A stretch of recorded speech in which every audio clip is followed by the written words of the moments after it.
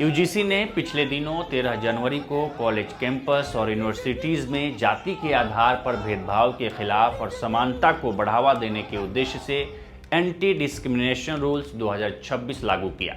इस नियम को लेकर अब सोशल मीडिया पर बहस छिड़ गई है। एक तरफ जहां इसे सामाजिक न्याय की दिशा में ऐतिहासिक कदम बताया जा रहा है, वहीं दूसरी ओर देश के कई हिस्सों में इसका तीखा विरोध भी शुरू हो गया है, खासकर अगड़ी जाति के संगठनों और छात्रों के बीच। अगड़ी जाति के छात्रों का एक वर्ग आशंका जता रहा है कि यह नियम कहीं योग्यता, अवसर और निष्पक्षता के सिद्धांत को प्रभावित न कर दे। इसको लेकर राजनीति भी दो हिस्सों में बंट गई है। वो अलग है, SC ST OBC के बच्चे अलग हैं। और हमारा मानना यह है कि हम साथ में बैठ के पढ़ते हैं, साथ में कैंटीन में भोजन करते हैं, साथ में शिक्षा ग्रहण करते हैं, साथ में परीक्षा देते हैं। आज वो पुराने समय की बात नहीं रह गई। आज सबके साथ समान व्यवहार होता है, सभी एक साथ होते हैं। तो सरकार क्यों हमको तोड़ना चाहती है? वो नए यूजीसी जो नियम बना रही है, उस नियम के माध्यम से वो कहती है कि SC ST OBC के बच्चे एक तरह है और जनरल के बच्चे एक तरह है। एक कमेटी बनाई जाएगी जिसमें सिर्फ SC ST OBC के शिक्षक होंगे उसमें, और जनरल के बच्चों की अगर कोई शिकायत करता है SC ST OBC का बच्चा तो उनके ऊपर कठोरतम कार्रवाई होगी। 3 साल की सजा का प्रावधान है। हम कहते हैं कि आज छात्रों का शोषण हो रहा है, उनको जातियों में मत बांटिए। सबसे ज्यादा छात्रों का शोषण विश्वविद्यालय और महाविद्यालय का, तो उस पर काम होना चाहिए, आम छात्रों पर काम होना चाहिए। तो यूजीसी बिल का विरोध इसलिए हो रहा है क्योंकि फेक केसेस लगेंगे। रियलिटी ये है कि उनको पता है कि वो भेदभाव करेंगे। दोस्तों, बात ये नहीं है कि लोगों को लग रहा है कि इससे फेक केसेस बढ़ने वाले हैं। बात ये है कि उनको अपनी आदतें पता है। मान लीजिए कि किसी गांव में शराब बैन कर दी जाती है, सबसे पहले विरोध करने वाले कौन लोग होंगे? जो शराब पीते हैं, क्योंकि उनका नुकसान होगा। कोई वैसा इंसान खोज के देखो जो शराब नहीं पीता, बोलेगा अब मेरे ऊपर फेक केसेस लगेंगे। ये जो पूरा का पूरा फेक केस का नैरेटिव बनाया जाता है, कोई भी लॉ इसलिए गलत नहीं हो जाता क्योंकि फेक केसेस लगेंगे। अंग्रेजों से हमने आजादी ली, आजादी का बहुत बार हम बहुत अच्छा इस्तेमाल नहीं करते। अंग्रेज बोले कि भाई आजादी का गलत इस्तेमाल हो गया, इस वजह से आजादी कैंसिल करते हैं। लॉ इसलिए बनता है ताकि डिस्क्रिमिनेशन खत्म हो, भेदभाव खत्म हो। और विरोध करने वाले इतना कॉन्फिडेंट होकर विरोध कर रहे हैं, उसका सबसे बड़ा रीजन ये है कि उनको पता है कि जो उनकी आदतें हैं वो भेदभाव के अंदर कंसीडर होंगी। जो बातें अभी वो कर पाते हैं, जैसे कि कॉपी में नाम देख के नंबर देना, जैसे PhD में इंटरव्यू में नाम देख के नंबर देने वाले, ये नहीं बदल सकते। वो उसके वो चाहते हैं कि कानून ही ना रहे।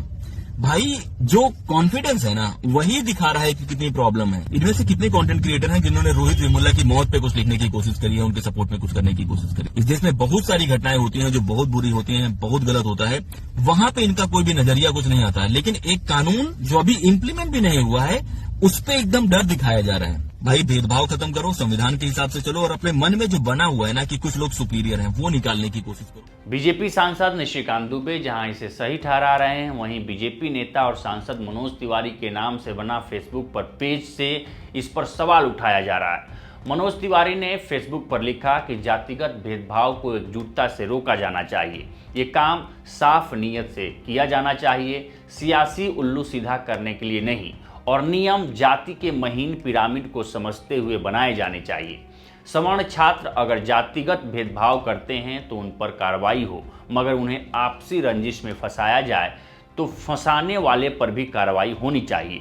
कानून का दुरुपयोग नहीं होना चाहिए। वो आगे लिखते हैं कि अगर कोई OBC वर्ग का छात्र SC ST वर्ग से भेदभाव करता है तो उसके खिलाफ कार्रवाई का प्रावधान क्यों नहीं है।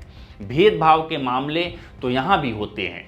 नए नियम में OBC वर्ग को भी पीड़ित पक्ष में रखा गया है, तो क्या जनरल वर्ग को पहले से ही दोषी मान लिया गया है? जातिगत भेदभाव देश के लिए नासूर है। ऐसे मामलों में दोषी के खिलाफ सख्त सजा का प्रावधान होना चाहिए, मगर निर्दोष को बचाने का अवसर भी मिलना चाहिए। 2012 में बने नियम में था कि अगर आरोप गलत निकले या फंसाने की मंशा निकली तो जुर्माना लगता था। नए नियम में क्यों नहीं है? बाकी जाति का पिरामिड समझना है तो नियम बनाने वाले को गांव में घूमकर समझा जाना चाहिए।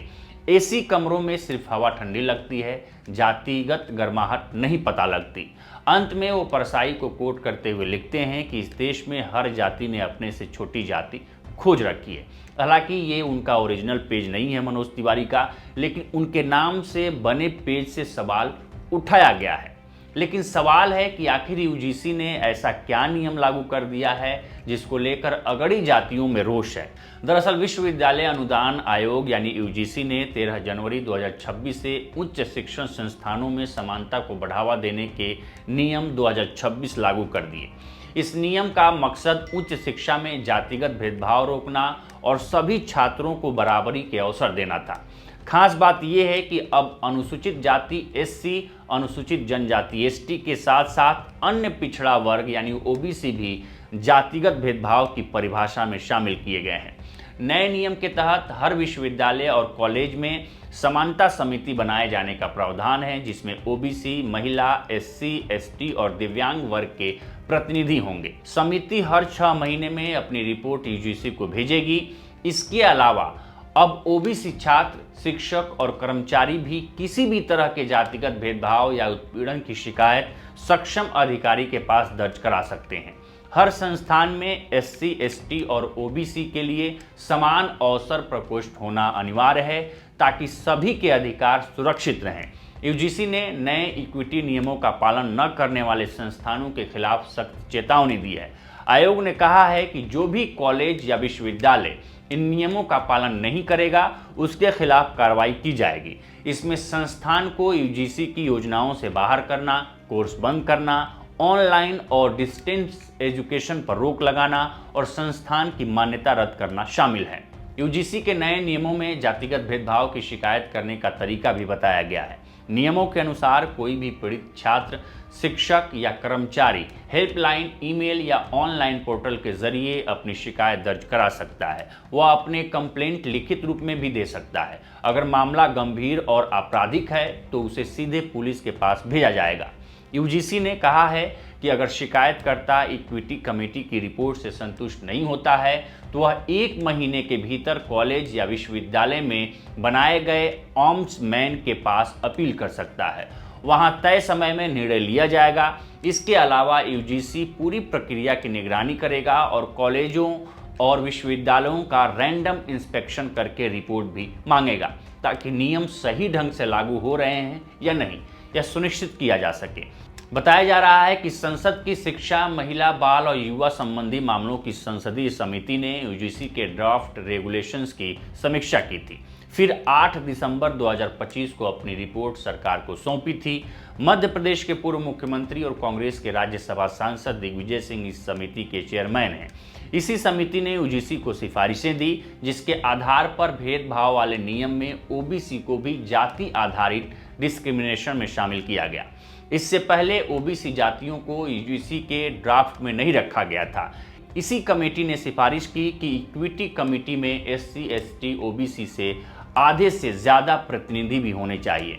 इन सिफारिशों के बाद यूजीसी ने फाइनल रेगुलेशन में कई बदलाव करते हुए इसे जनवरी 2026 में नोटिफाई कर दिया, जिसमें ओबीसी को भी शामिल किया गया है और झूठी शिकायत पर जुर्माने का प्रावधान को हटा दिया गया है। वहीं यह मामला अब सुप्रीम कोर्ट के चौखट पर पहुंच चुका है। Promotion of equity in higher education institutions regulation 2026 के एक प्रावधान को सुप्रीम कोर्ट में चुनौती दी गई है।